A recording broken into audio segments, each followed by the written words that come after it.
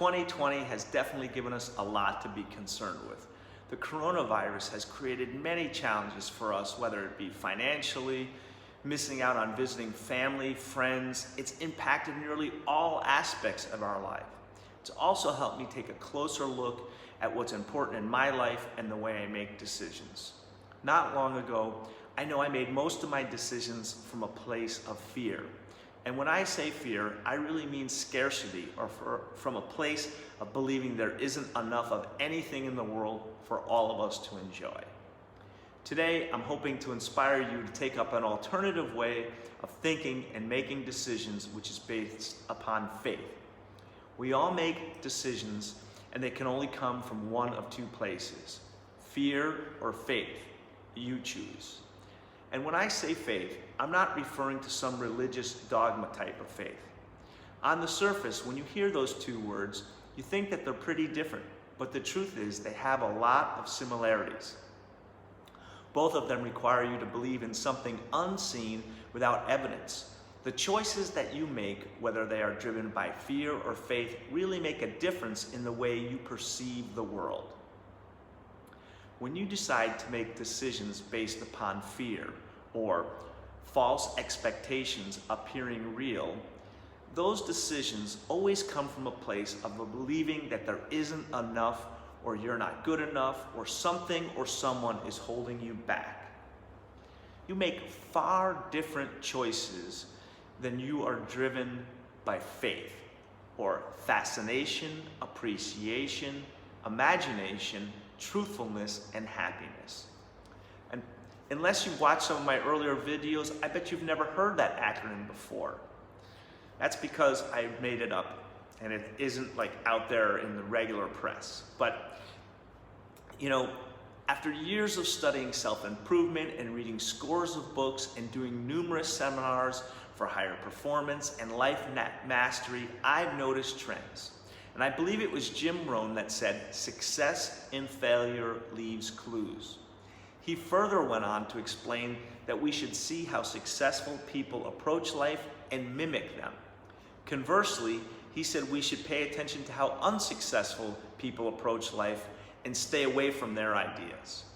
My personal observation has been that people who approach life with fascination or curiosity, have appreciation or gratitude in their heart, an active imagination or vision for the future, are truthful about their situation and circumstances, are generally happy, are far more successful, and certainly better company to keep than the people who make decisions from fear.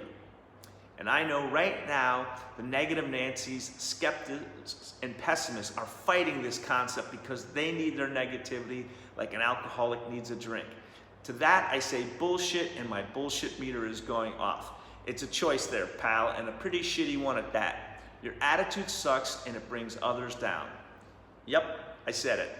Probably what all your friends and relatives have been wanting to tell you for years. And I can say that because I was once that way. I too used to have that mindset, and that's the way I drove my decision making, and then one day I started to ask better questions. How is this attitude serving me?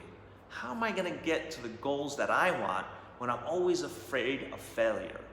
Fearful about the way I may look or be perceived as weird. Even worse, how I may become vulnerable if I put myself out in front of my friends or even on social media, like with this video. Let me reframe this in a different way so I don't get anyone too upset. We all travel in the direction of our thoughts.